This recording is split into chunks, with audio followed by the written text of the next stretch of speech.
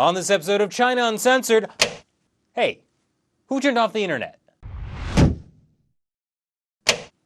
There you go. Hi, welcome to China Uncensored. I'm your host, Chris Chappell. You know, I remember a time when there was no internet, and we didn't need it. In my day, when we wanted to look something up, we would just look up and hope that Zeus used a passing-by cloud to communicate with us. When that didn't work, we would have to wait for a blind poet to incorporate the requested information into a 40-hour-long epic poem. And if we were interested in someone, we didn't Facebook stalk them, we just stalked them. Got our exercise too. But nowadays, just because 500 million people suddenly can't get online, everyone has a conniption. For several hours on January 21st, China's internet was down and people couldn't not get on blocked websites. Initial reports from state-run Xinhua said it could have been hackers behind the internet shutdown, but the real culprit was actually much more pathetic. Reuters reported they were told by anonymous sources familiar with the Chinese government's web management operations that they were trying to make changes to the Great Firewall. That's China's pervasive internet censorship system that blocks websites. In doing so, they accidentally rerouted two-thirds of China's internet traffic to one of those blocked websites. I think we managed to get a picture of those internet technicians. Who gave them that job? But the website, it was the worst website possible for a regime that likes to keep a tight grip on the internet.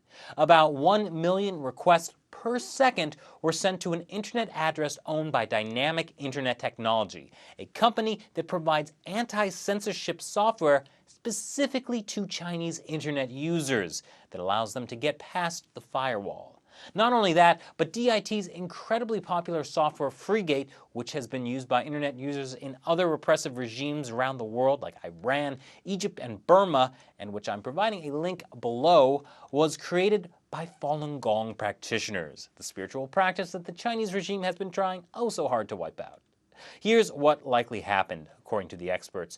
The Great Firewall blocks websites using something called DNS poisoning. DNS is like a directory for the internet. When you type in youtube.com, it looks up YouTube's IP address, which looks like a string of numbers, and sends you there. Now, imagine you're trying to make a call to your friend, but then someone intercepted your phone call and sent you to a different phone number. That's what happens with DNS poisoning. Instead of connecting you to YouTube, the Great Firewall intercepts and redirects you to another website, essentially blocking you from getting to YouTube. It looks like the censors just made a mistake, and instead of redirecting traffic away from DIT's website, like it usually does, it redirected all of the traffic to the website. Oops! The sheer amount of traffic, however, meant that people were just seeing an error message. So, just to sum up, in an effort to control the internet, Chinese censors accidentally sent hundreds of millions of Chinese internet users to a website created by Falun Gong practitioners to beat Chinese censors. I could not make this stuff up. Now, before it came out that it was China's own government that was responsible for killing the internet, there was a lot of speculation whether or not Falun Gong practitioners had hacked the Chinese internet. This gave a lot of Western media the opportunity to blindly repost propaganda put out by the Chinese regime at face value, like how Falun Gong practitioners once hacked into government TV satellite broadcasting systems in 2002. What was not mentioned was that it was to broadcast False Fire, a documentary that exposed the Tiananmen self-immolation, the hoax the Chinese regime used to justify the persecution of the spiritual practice, and that all 6 Falun Gong practitioners involved were captured, tortured, and are now currently dead.